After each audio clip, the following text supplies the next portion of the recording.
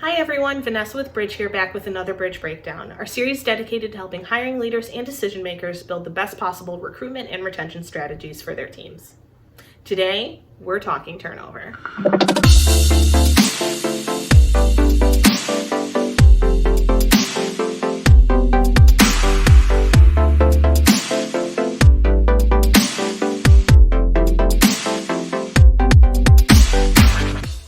Now, I think in some form or another, it's safe to say that all businesses have felt some level of frustration caused by today's talent shortage.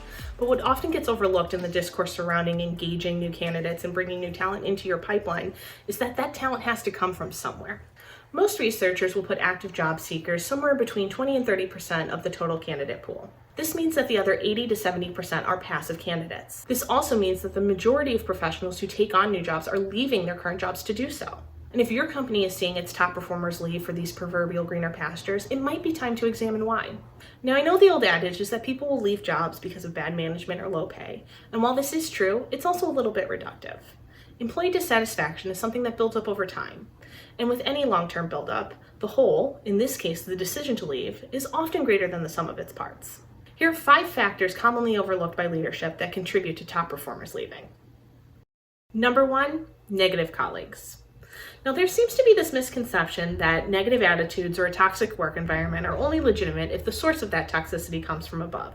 The reality is, a negative attitude is hazardous to your churn rate regardless of where that source sits in your hierarchy. Working day in and day out next to Peter Pessimist is going to have a negative impact on Tammy Top Performer's performance, stress levels, work-life balance, and even her own attitude. Furthermore, if Tammy Top Performer has voiced her concerns about Peter to management and no action has been taken, think about the message that sends to her. At some point, she's going to protect her own emotional welfare and search for employment elsewhere. Number 2, benefits packages. When you hire someone, you're entering into a contract. In exchange for their experience, expertise, and services, they're compensated. If someone feels like they're getting a bad deal for the value they bring to the table, can you really blame them for shopping around? Now, take-home pay is only part of the equation.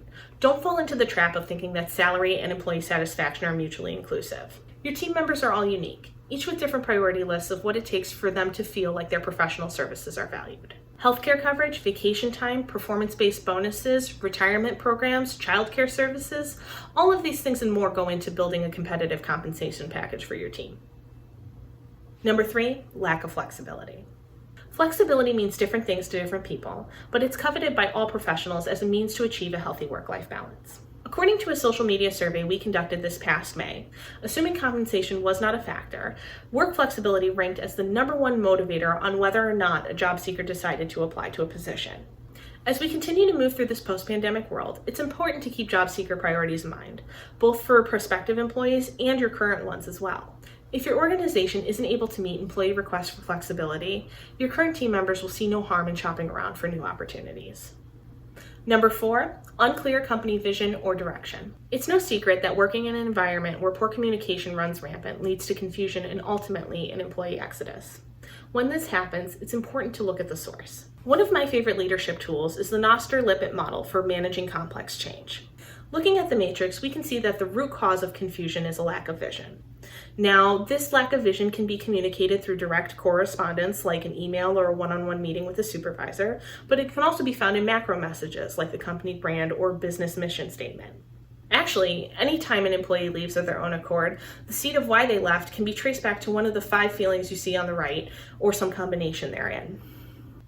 Number 5, incongruent corporate goals and professional goals. Businesses change over time. That's how they keep up with ever-changing economic trends and consumer demands. And unfortunately, sometimes these changes mean that your top performers can no longer see a future at your business as their professional goals no longer align with the trajectory of your company. When this happens, it's easy to chalk this up as an irreconcilable difference, but it doesn't have to be. If you have an employee who brings value to your team, work with them to see if there's some middle ground you can find. Stay in communication with your team members about their professional goals and reiterate to them that you want them to achieve those goals as an employee of your business. Building out an action plan is a simple +1 that goes a long way in the eyes of an employee. It tells them that you see them as a professional and not just a production center. When an employee quits, it's all too easy to compartmentalize the instance as a one-off event. The problem is, when we compartmentalize our turnover, we're not able to connect the dots and see patterns. That being said, the desire to brush off feedback from an exiting employee is a very normal thing to want to do. If you're a leader who takes pride in their business, it's difficult not to take that feedback personally. But being able to put our feelings aside and look at the feedback as constructive criticism is exactly what's needed to make our recruitment and retention strategies that much stronger. So now I want to hear from you. Has there been any standout feedback from your departing employees? And if so, how did you incorporate that into your business strategy to foster change?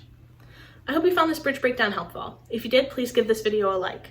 And if there's any topics you'd like to see us cover in the future, please feel free to shoot me a message on social or connect with me on LinkedIn.